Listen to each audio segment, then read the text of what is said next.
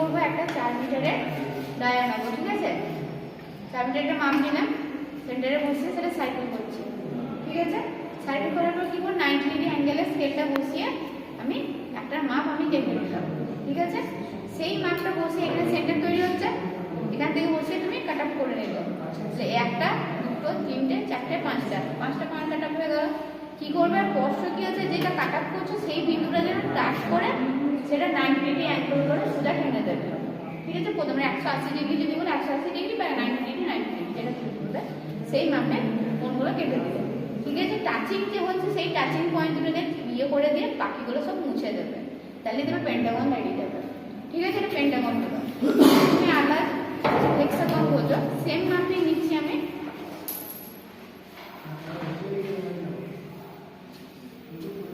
ঠিক আছে? এটার মাপ একটা, ঠিক আছে?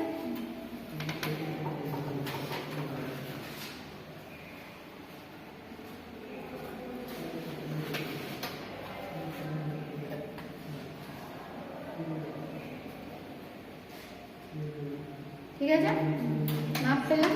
তো এখান থেকে সেম মাপই আমি আছে, তো আমি কি করবো, 4 কটা কাটবো, একটা, দুটো, তিনটে, চারটে, পাঁচটা, তাই তো? 1 2 3 4 5 6 ছটা কাটা হয়ে গেল। 6টা কি করবো, আমরা সব স্ট্রেট লাইন করবো, তাই তো? পয়েন্ট থেকে, ঠিক আছে?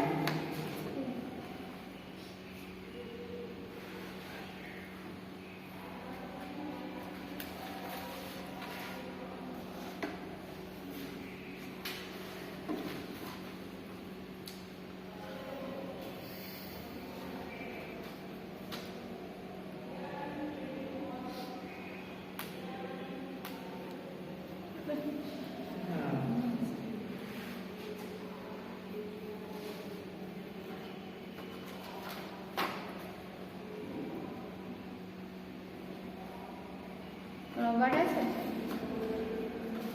ঠিক আছে?